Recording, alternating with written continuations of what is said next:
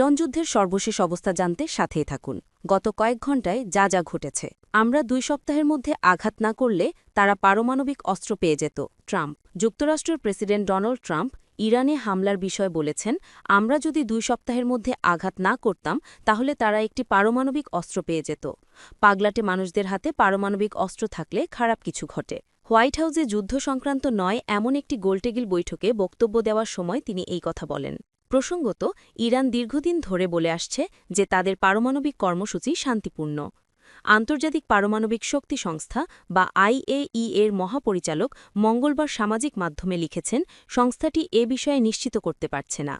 তিনি বলেন, ইরান পারমাণবিক বোমা বানাচ্ছে এমন কোনো প্রমাণ না থাকলেও প্রায় অস্ত্রমাত্রার কাছাকাছি সমৃদ্ধ ইউরেনিয়ামের বড় মজুদ এবং আমার পরিদর্শকদের পূর্ণাঙ্গ প্রবেশাধিকার না দেওয়া গভীর উদ্বেগের কারণ। মধ্যপ্রাচ্যে উত্তেজনা কমানোর আহ্বান অস্ট্রেলিয়া ও কানাডার প্রধানমন্ত্রীর। অস্ট্রেলিয়ার প্রধানমন্ত্রী অ্যান্থনি আলবানিজ এবং কানাডিয়ান প্রধানমন্ত্রী মার্ক কার্নি মধ্যপ্রাচ্যে উত্তেজনা নিরসনের আহ্বান জানিয়েছেন।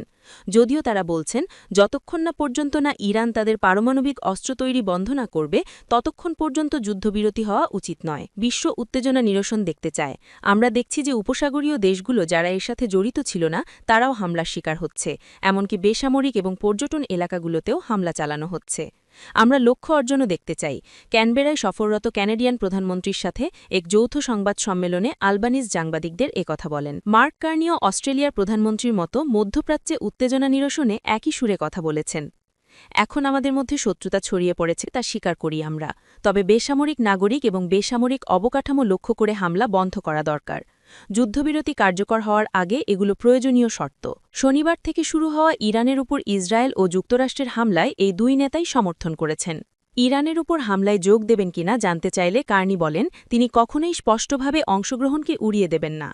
মি. কার্নি আক্রমণাত্মক এবং প্রতিরক্ষামূলক পদক্ষেপের মধ্যে পার্থক্য তুলে ধরেন। আমরা সবসময় ক্যানাডিয়ানদের রক্ষা করব, ডাক পেলে আমরা সবসময়ই পাশে থাকব এবং আমাদের মিত্রদের রক্ষা করব, বলেন তিনি।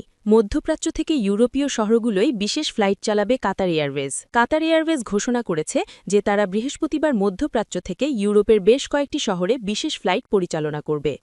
ওমানের মাস্কাট থেকে ফ্লাইটগুলো London Heathrow, Berlin, Copenhagen, Madrid, Rome এবং অ্যামস্টারডামের উদ্দেশ্যে যাত্রা করবে। আরেকটি ফ্লাইট সৌদি আরবের রিয়াদ থেকে ফ্র্যাঙ্কফার্টের উদ্দেশ্যে ছাড়বে। কাতারি আকাশসীমা বন্ধ থাকায় দোহা থেকে এয়ারলাইনের প্রধান কার্যক্রম সাময়িকভাবে স্থগিত রয়েছে বলে এক্সে প্রকাশিত একটি বিবৃতিতে বলা হয়েছে। বিবৃতিতে আরও বলা হয়, যাত্রীদের অনুরোধ করা হচ্ছে তারা যেন এই ফ্লাইটগুলোর জন্য কাতার এয়ারওয়েজের আনুষ্ঠানিক নোটিফিকেশন না পাওয়া পর্যন্ত এয়ারপোর্টে না যান। কুয়েতে হামলায় নিহত ৬ষ্ঠ মার্কিন সেনার পরিচয় প্রকাশ করেছে পেন্টাগন। কুয়েতে হামলায় নিহত ৬ষ্ঠ মার্কিন সেনার পরিচয় প্রকাশ করেছে পেন্টাগন। ওই সেনা চিফ ওয়ারেন্ট অফিসার 3 নাম রবার্ট এম মার্জান, তার বয়স ৫৪ বছর। ক্যালিফোর্নিয়ার স্যাক্রামেন্টের বাসিন্দা ছিলেন তিনি। পেন্টাগন একটি বিবৃতিতে জানিয়েছে, গত ১ মার্চের ঘটনার সময় মার্জান কুয়েতের পোর্ট সুয়াইবাতেই ছিলেন। ধারণা করা হচ্ছে ওই হামলায় প্রাণ হারানো ব্যক্তি তিনিই। তবে চিফ ওয়ারেন্ট অফিসার 3 মার্জানের পরিচয় শতভাগ নিশ্চিত হতে এখনও মেডিকেল পরীক্ষা করা বাকি রয়েছে। পেন্টাগন এখনও মার্জানের কোনো ছবি প্রকাশ করেনি।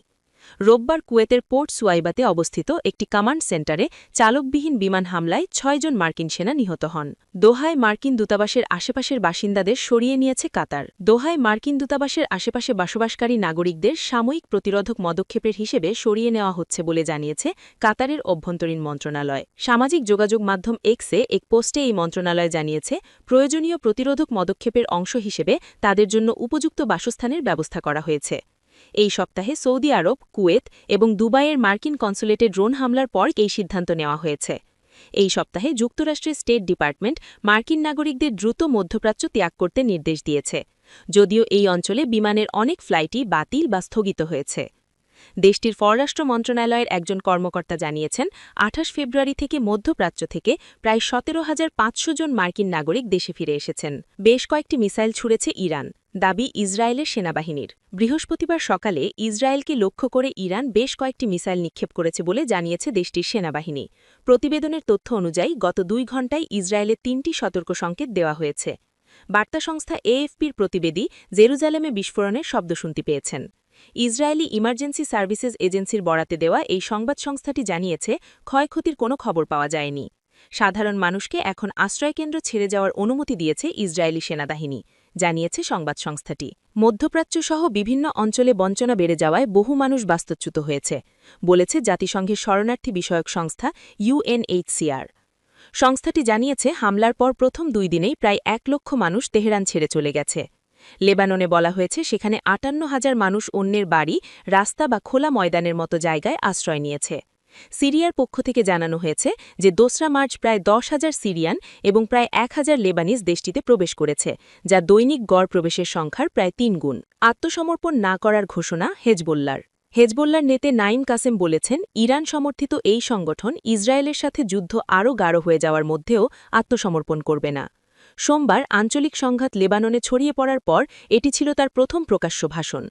তিনি বলেন, হেজবোল্লা 2024-এর শেষে হওয়া যুদ্ধবিরতি চুক্তি মেনে চলেছিল, কিন্তু ইসরায়েল চুক্তির কোনো ধারাই মানেনি। টেলিভিশন ভাষণে কাসেম বলেন, আমরা কূটনৈতিক সমাধানে সম্মত হয়েছিলাম এবং এটাকে রাষ্ট্রের দায়িত্ব পালনের একটি সুযোগ হিসেবে দেখেছিলাম, কিন্তু বারবার বলেছি ধৈর্যেরও সীমা থাকে। তিনি আরও বলেন, আমাদের সিদ্ধান্ত হল তাদের মোকাবেলা করা, চরম ত্যাগের বিনিময়ে সীমার শেষ প্রান্ত পর্যন্ত, এবং আমরা আত্মসমর্পণ করব না। সোমবার হেজবোল্লা রকেট এবং ড্রোন দিয়ে ইসরায়েলে হামলা চালায়। এর আগে যুক্তরাষ্ট্র এবং ইসরায়েলের হামলায় ইরানের সর্বোচ্চ নেতা আয়াতুল্লাহ আলী খামেনাই নিহত হন।